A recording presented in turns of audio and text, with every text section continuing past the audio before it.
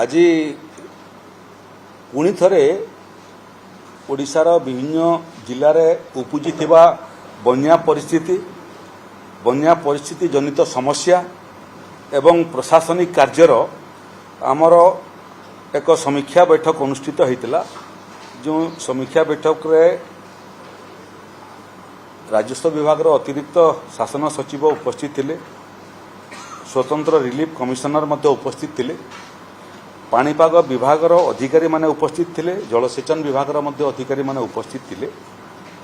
एवं जिलापाल माने मध्य व्यापक भाव में प्रभावित होता जिलार जिलापाल एवं जिलार प्रशासनिक अधिकारी माने मध्य उपस्थित थिले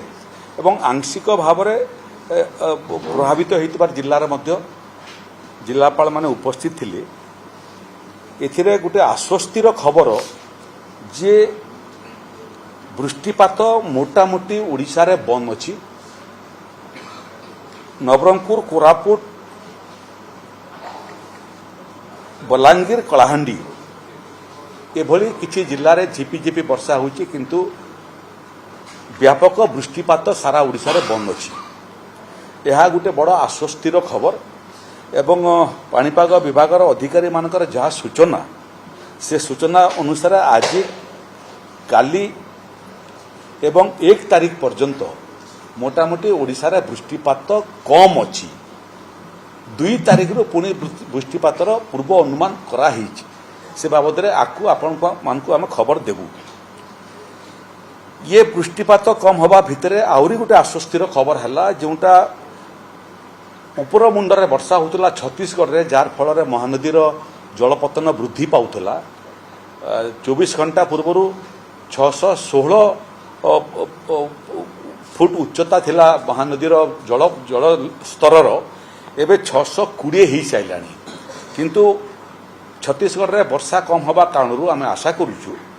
जे महानदी भीतर को पानी कमबाटा मध्ये कम हेबो। 620 फुट हवा सत्य मध्य मात्र 2टा गेट खोला हिची किंतु बाकी नदी माने जोथिरे पानी ये भेडेन ठारू आरंभ करी छोट छोट नदी माने जो माने रास्ता रे महानदी संगे मिसुथिली से मानकर पानी मिसिबा फल रे प्राय 6.5 लाख क्यूसेक पानी रो अधिक नराज रे पहुंचुथला। एबे संभवतः आकु आहुरी किछि गेट खोली पारे एवं आज राति सुधा आमे आशा करूछु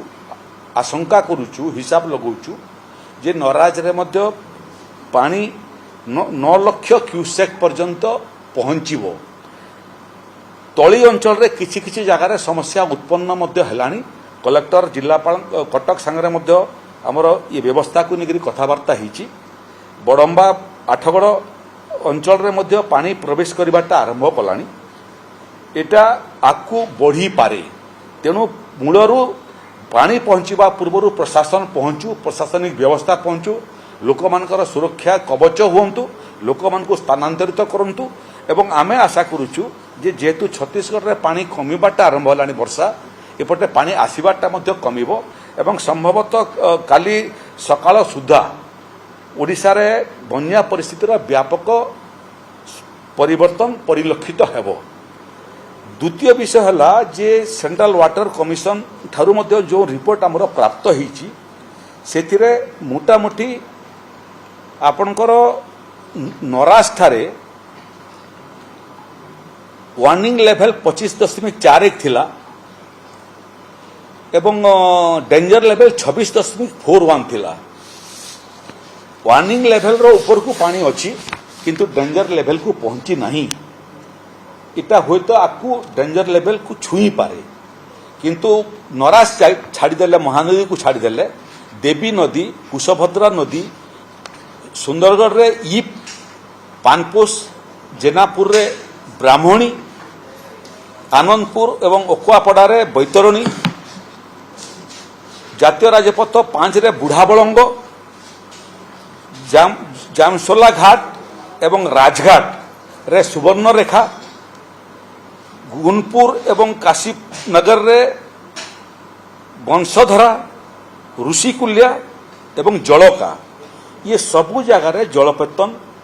धीरे धीरे धीरे धीरे कमिबारटा आरंभ कलानी जेटा हूँ गोटे आश्वस्तिर खबर लोक मान आश्वस्तिर खबर आम पाखे पहुंची इटा आकु वर्षा वृष्टिपात कमिबा फल आहरी कमी कमी आकु जीव मोर समस्त को परामर्श आपण ओडिशावासी को मोर निवेदन जे पानी एठी एबे जहाँ रिपोर्ट आम पाखे अच्छी प्राय 6 लाख लोक प्रभावित होती मात्र 4टा जिले में जाजपुर भद्रक बालेश्वर ये 3टी जिला व्यापक भाव में प्रभावित होती मयूरभंज एवं केन्दुझर मध्य प्रभावित जिला मान भितर अन्यतम तेणु ये 5टा जिले में मोटामोटी 6 लाख लोक प्रभावित होती एवं सेमान भितर 1,65,000 लोक स्थानांतरित होती जो मैंने सब रिलीफ सेंटर अच्छा रिलीफ कैंप 464 रिलीफ कैंप ये 5टा जिले में कार्यक्षम अच्छी जो रंधा खाद्य शिशु मान स्वतंत्र खाद्य व्यवस्था होती एवं महिला एवं वयस्क लोक मानकर स्वतंत्र व्यवस्था होती तार सत्वे जो मैंने रिलीफ सेंटर को आसी नाहंती किंतु प्रभावित अंचल रे अछंती पानी घेर भितर अछंती आसिया मंगु नाहंती तांको पई मध्य ड्राई राशन रो व्यवस्था कराहीची किंतु मोर परामर्श जे कम पानी थिले भी एवं पानी बढ़िबार संभावना कम थिले भी आपण माने समस्ते रिलीफ सेंटर को पळै आसंतु एवं मुख्यतः वयस्क लोक महिला एवं छुआ मानकु अति कम रे रिलीफ सेंटर को स्थानांतरित करांतु जो मानवीय सुविधा युक्त सेवा आपण माने पाई परिबे एबे समस्या होची पानी कमी कमी जीव किंतु पानी कमिले साप उपद्रव्य मध्य आरंभ हेई पारे सबु जगह रे एंटी वेनन इंजेक्शन मध्य मौजूद अछि एमबीबीएस डाक्टर माने मध्य मौजूद अछंती इंजेक्शन देवा पई जदि कोनोसी जगह रे साप कामुडार रिपोर्ट परिलक्षित हुए तुरंत निकटस्थम स्वास्थ्य केंद्र को सूचना करंतु स्थानीय व्यवस्था भितर चिकित्सा करिवार चेष्टा न करी करी एंटी वेनन मेडिसिन किमिटी रेजिस्टर तांको दिया जाई पारिबो एडमिनिस्टर ही पारिबो से बाबद रे प्रयास करंतु गुड़िए जगह रे तालप्रोइन रा मध्य मौजूद अछि सबु जगह रे मौजूद अछि आज विषय माध्यम रे जिल्लापाल मानक संगे आलोचना सभा रे मध्य मु कहिछि जे केउटी बेसी प्रभावित होइछि केउटी कम प्रभावित होइछि किंतु प्रभावित तो प्रभावित कम बेसी किसी मायना नहीं तेणु कम हो बेसी हो लोकंकर रक्षा कवच होंतु लोकं को निकटस्थ रिलीफ सेंटर को नियंतु सेमान को समस्त प्रकार मानवीय सुविधा सुजोग जोगई दियंतु पानी खसिबा आरंभ कला परे धीरे धीरे लोक माने जेतेले आसीबे सेतेले तांकर घरर जो जो जगार छातर समस्या थिबो पर्याप्त तालपुरीन मध्य सबु भर्नरेबल जगार आमे मौजूद रखिचु तार मध्य व्यवहार करंतु क्षतिपूरण राशि देबा पई पानी कमिला क्षणी क्षतिपूरण राशि पाइबा पई 3 दिन भितर सर्वे काम समाप्त करंतु सर्वे कला बेलू मध्य टिके मानवीय दृष्टिकोण रखिकरी लोकंकर क्षयक्षतिर आकलन करांतु जो चाषी माने क्षतिग्रस्त होइचंती कृषि विभाग संगे भी आमर कथबार्ता होती कम मियादी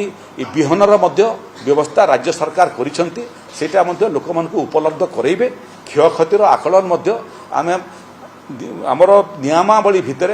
जहाँ देवार आवश्यकता अच्छी आमे निष्ठा एवं प्रतिबद्धतार सहित देवु आदौ क्षयक्षति बाबद चिंतित होंतु नहीं ताकू आमे पूरण करि पारिबा किंतु जीवन बहुत मूल्यवान जीवनर सुरक्षा पाई समस्ते प्रशासन को सहयोग करंतु वयस्क महिला एवं छुआ मानक पई तांकर सुरक्षार मध्य लोके दायित्व नियंतु आमे आशा करूछु जे आज राति बेलू परिस्थिति व्यापक भाव में सुधरवाटा आरंभ करिवो एवं जिते समय आकु गड़ब पूर्णिमा कारणरू पानी डिस्चार्ज होबार मध्य समस्या विभिन्न अंचल रे अछि बालेश्वर भलिया जिले में पानी धीरे धीरे कमिबाटा आरंभ कलानी किंतु कमिबार गति मध्य आकु बढ़िबो एवं तल उपर मुंडरे वर्षा न होतिबा कारणरू आमे भावुछु आसंता 24 घंटा परे परिस्थिति आहुरी स्वाभाविक आड़को गति करिवो एठी परिस्थितिर अध्ययन करने माननीय मुख्यमंत्री मध्य लगातार भाव में एसआरसी सांगे एवं मोर सांगे संपर्क रे अछंती एवं प्रत्येक घटनावली एवं व्यवस्था एवं ଆମର ପ୍ରସ୍ତୁତିର ସେ ଖବର ନେଉଛନ୍ତି ଏବଂ ପ୍ରତ୍ୟକ୍ଷ ଭାବରେ ଟିକେ ତାର ସର୍ଭେ କରିବା ପାଇଁ ମୁଁ ଅତିରିକ୍ତ ଶାସନ ସଚିବ ରାଜସ୍ୱ ଏବଂ ସ୍ୱତନ୍ତ୍ର ରିଲିଫ କମିଶନର ଆମେ ଏବେ ବାହାରିବୁ। ଏଥିରେ ଭଦ୍ରକ, ଯାଜପୁର, ବାଲେଶ୍ୱର, ମୟୂରଭଞ୍ଜ, କେନ୍ଦୁଝର ये 5टा जिल्लाକୁ ର ଏରିଆଲ ସର୍ଭେ କରିବା ପାଇଁ ମଧ୍ୟ ଆମେ ବାହାରିବୁ ଏବଂ ଆମେ ଆଶା କରୁଛୁ ଯେ ଏ କ୍ରମରେ ଯାହା ଯାହା କ୍ଷୟକ୍ଷତି ହେଇଛି ତାକୁ ଭରଣା କରିବା ପାଇଁ ରାଜ୍ୟ ସରକାରଙ୍କର ରାଜସ୍ୱ ଏବଂ ବିପର୍ଯ୍ୟୟ ପରିଚାଳନା ବିଭାଗର ମଧ୍ୟ ପ୍ରସ୍ତୁତି ଆରମ୍ଭ ହୋଇଗଲାଣି। ଆପଣମାନଙ୍କୁ ସମସ୍ତଙ୍କୁ ଧନ୍ୟବାଦ ଦେବା ପାଇଁ ଚାହୁଁଛି। ଜିଲ୍ଲାପାଳମାନଙ୍କୁ ମଧ୍ୟ ଆମେ ପରାମର୍ଶ ଦେଇଛୁ ଯେ କାହାକୁ ଗୋଟେ ଅଧିକାରୀ ରଖନ୍ତୁ ଯେଉଁମାନେ ବିଭିନ୍ନ ଗଣମାଧ୍ୟମର ଖବର ସବୁ ଟେଲିଭିଜନରେ ଆସୁଛି କିମ୍ବା ସମ୍ବାଦପତ୍ରରେ ବାହାରୁଛି ତାର ଖବର ଡବର ରଖିବା ପାଇଁ ଗୁଡ଼ିଏ ତଥ୍ୟ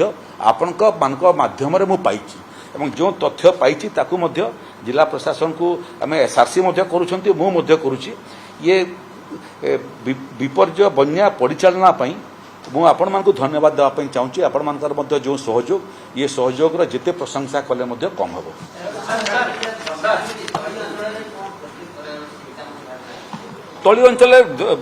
ତଳି ଅଞ୍ଚଳରେ ପାଣି ପଶିବାଟା ଆରମ୍ଭ କଲାଣି ଏବଂ ନରାଜରେ ପ୍ରକୃତିରେ 10 ଲକ୍ଷ କ୍ୟୁସେକରୁ ଅଧିକ ପାଣି ଆସିଲେ ସମସ୍ୟା ବଢ଼ିବାଟା ଆରମ୍ଭ କରେ। 9 ଲକ୍ଷ ପର୍ଯ୍ୟନ୍ତ ବିଶେଷ ଅଞ୍ଚଳ ପ୍ରଭାବିତ ହୁଏ ନାହିଁ। ଏତେବେଳେ ପର୍ଯ୍ୟନ୍ତ 9 ଲକ୍ଷ କ୍ୟୁସେକ ପାଣି କ୍ରସ୍ କରିନାହିଁ ଏବଂ ସନ୍ଧ୍ୟା ପର୍ଯ୍ୟନ୍ତ ଧୀରେ ଧୀରେ ପାଣି এটা 9 ଲକ୍ଷରୁ ଆକୁ ବଢ଼ିବ କିନ୍ତୁ 10 ଲକ୍ଷ ହେବାର ସମ୍ଭାବନା କମ୍ ଅଛି। ଏଥିପାଇଁ କମ୍ ଅଛି ଯେ ଉପର ମୁଣ୍ଡରେ ବର୍ଷାଟା କମିଯିବା ଫଳରେ ପାଣିର ମହାନଦୀକୁ ଇନଫ୍ଲୋ ମଧ୍ୟ କମିଗଲାଣି। ତେଣୁ ଆଗାମୀ 2 ଦିନ ଯେହେତୁ ଛତିଶଗଡ଼ରେ ମଧ୍ୟ ବର୍ଷାର ସମ୍ଭାବନା ନାହିଁ ବୋଲିକରି ପୂର୍ବ ଅନୁମାନ କରାହେଉଛି, ମୋତେ ଲାଗୁଛି ପରିସ୍ଥିତି ସୁଧରିବ ଏବଂ ପରିସ୍ଥିତି ଯେତେ ବିଗିଡ଼ିବାର ସମ୍ଭାବନା ଅଛି ତାକୁ ଦେଖିକରି ଇନ୍ ଆଣ୍ଟିସିପେସନ୍ ଆଗରୁ ପ୍ରସ୍ତୁତି ଠିକ୍ କରିବା ପାଇଁ ଜିଲ୍ଲା ପ୍ରଶାସନକୁ ନିର୍ଦ୍ଦେଶ ଦିଆଯାଇଛି। ଏଇଟା ନୁହଁ ଯେ ପାଣି ପହଞ୍ଚିଲା ପରେ ପ୍ରସ୍ତୁତି କରିବୁ, ପାଣି ପହଞ୍ଚିବା ପୂର୍ବରୁ ସମ୍ଭାବ୍ୟ ପରିସ୍ଥିତିକୁ ମୁକାବିଲା କରିବା ପାଇଁ planning in advance and planning in details କରିବା ପାଇଁ ଜିଲ୍ଲା ପ୍ରଶାସନକୁ ନିର୍ଦ୍ଦେଶ ଦିଆଯାଇଛି।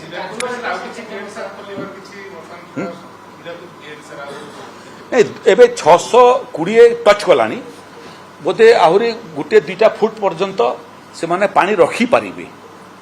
ତେଣୁ 622 ପର୍ଯ୍ୟନ୍ତ ହୁଏତ ସେମାନେ 2ଟା ଗେଟ୍ରେ ହିଁ ଚଳେଇବେ ଏବଂ ମୁଁ ଟିକେ ଆଶ୍ୱସ୍ତି ପ୍ରକାଶ ଏଥିପାଇଁ କରୁଛି ଯେ ଉପର ମୁଣ୍ଡରେ ଯେଉଁ ବର୍ଷା ହେଉଥିଲା ଏବଂ ଯେଉଁ ପରିମାଣରେ ପାଣି ଆସୁଥିଲା ଏବେ ସେ ପରିମାଣଟା ମଧ୍ୟ କମିବାଟା ଆରମ୍ଭ କଲାଣି। ଯଦି କମିବାଟା ଆରମ୍ଭ କରିବ ଧୀରେ ଧୀରେ କରି ଆମର ରିଲିଜ୍ କରିବାଟା ମଧ୍ୟ ଆବଶ୍ୟକ ପଡ଼ିପାରେ, କିନ୍ତୁ ଆମେ ନିର୍ଦ୍ଦେଶ ଦେଇଛୁ ଯେ ତାକୁ ଏଭଳିଆ ମନିଟରିଂ କର ଯେ ନରାଜରେ 10 ଲକ୍ଷ କ୍ୟୁସେକ୍ ପାଣି ଯଦି ରୋକି ହେବ ତାଠୁ ଅଧିକ ରୋକି ହେବ, ରୋକିବା ପାଇଁ ଆମେ ପ୍ରୟାସ କରିବୁ, କିନ୍ତୁ ରୋକି ନ ହୋଇକରି ବଢ଼ିପାରେ ଏ ଆଶଙ୍କା ନେଇକରି ପୂର୍ବ ପ୍ରସ୍ତୁତି କରିବା ପାଇଁ ମଧ୍ୟ ଜଳସେଚନ ବିଭାଗ ଏବଂ କଟକର ଜିଲ୍ଲା ପ୍ରଶାସନକୁ ନିର୍ଦ୍ଦେଶ ଦିଆଯାଇଛି। ଲୋକ ସ୍ଥାନାନ୍ତରିତ ହୋଇଛନ୍ତି ମାତ୍ର ଇଏ 5ଟା ଜିଲ୍ଲାରେ